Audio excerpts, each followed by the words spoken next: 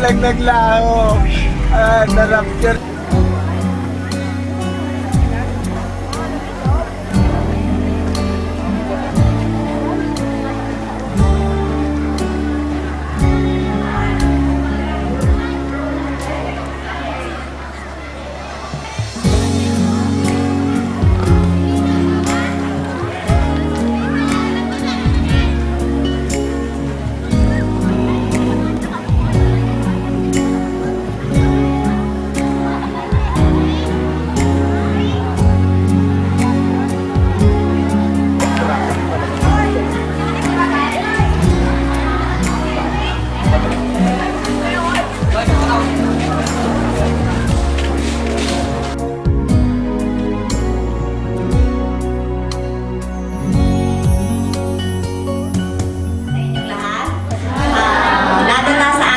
Bisita sa araw na ito.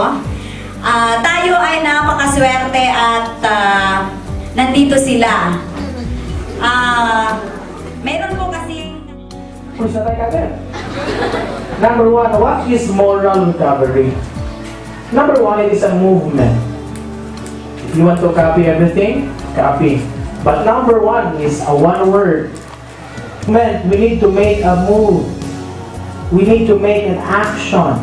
Hindi ito programa ng anumang reliyon,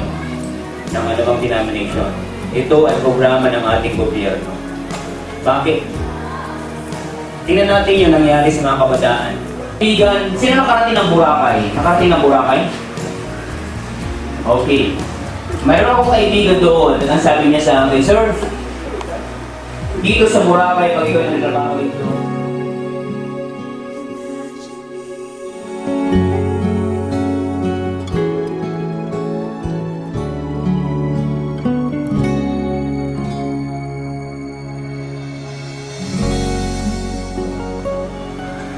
wala siya nagturo magmura, gumawa ng masama, wala nagturo sa'yo.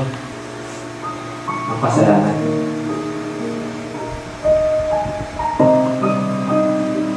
Ay bumaba dito sa lupa para sa kanyang mga nilikha. Diyos, nagpakasasa sa pera. Inilimutan nila ang Diyos na nagbigay at patuloy na nagpakasakit. Bawat hampas sa kanyang likod ay para sa iyo. Yung krus na tiniis niya para sa iyo. Sino ka ba sa harapan ng Diyos?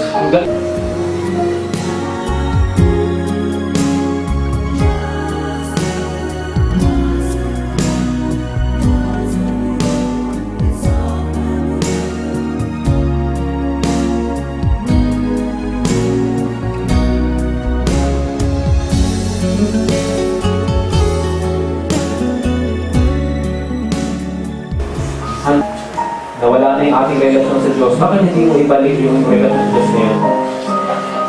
Kaibigan, hindi mo kailangan ng reliyon kami kaano kalaki. Sa mata ng Diyos, pare-parehas tayong makasalanan. Ang kamay, tatanggapin ko ang pag-ibig ng Diyos sa akin, at ako ang magiging simula. Pansinin, bawat luha na pumapatak lumalabas sa iyong mata ngayon, naririnig at naiintindihan ng Diyos. Hindi kita pinipilit na magtaas. Kung ano lang ikaw, paano ka? Mananatili ka lang ganyan? Mamamatay na rin ako.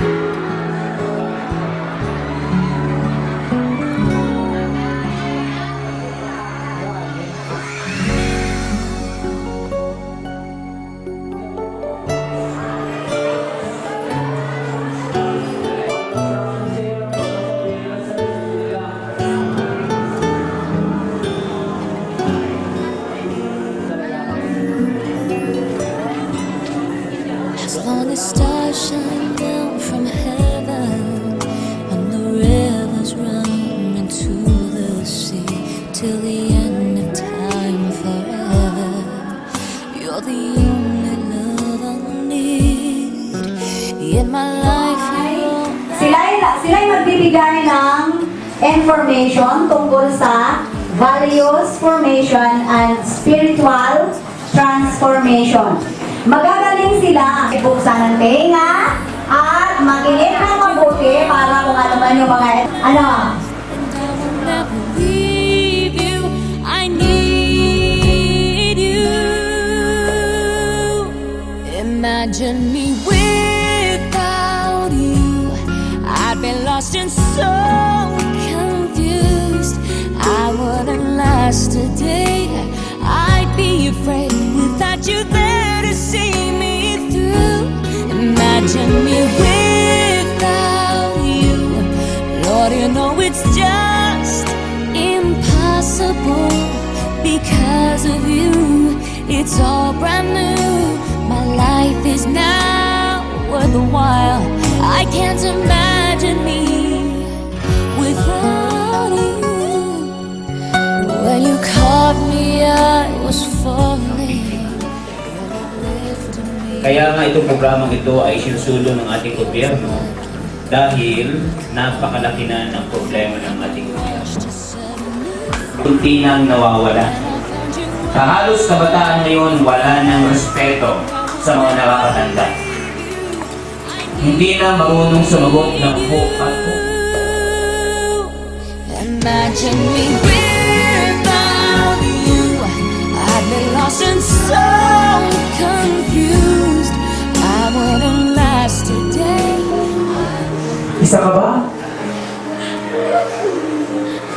Manhid na ba ang puso mo?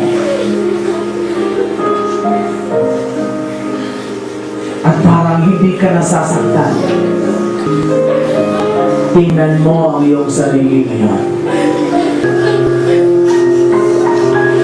Upang matigas na ba ang puso mo? That you're there to see me through. Imagine me without you. Lord, you know it's just impossible.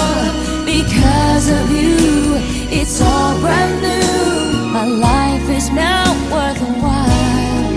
I can't imagine me without you.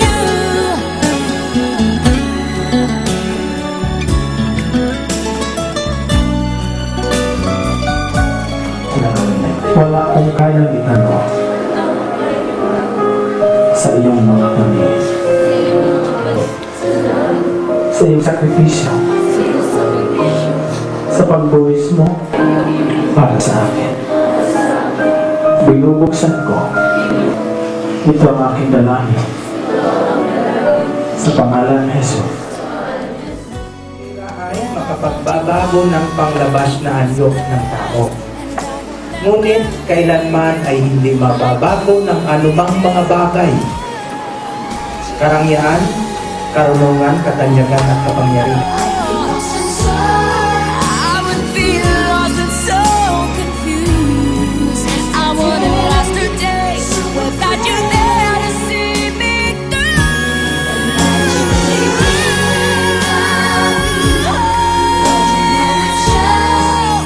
Impossible.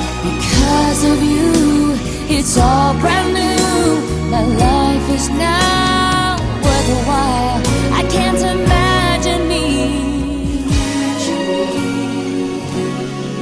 I can't imagine me without you.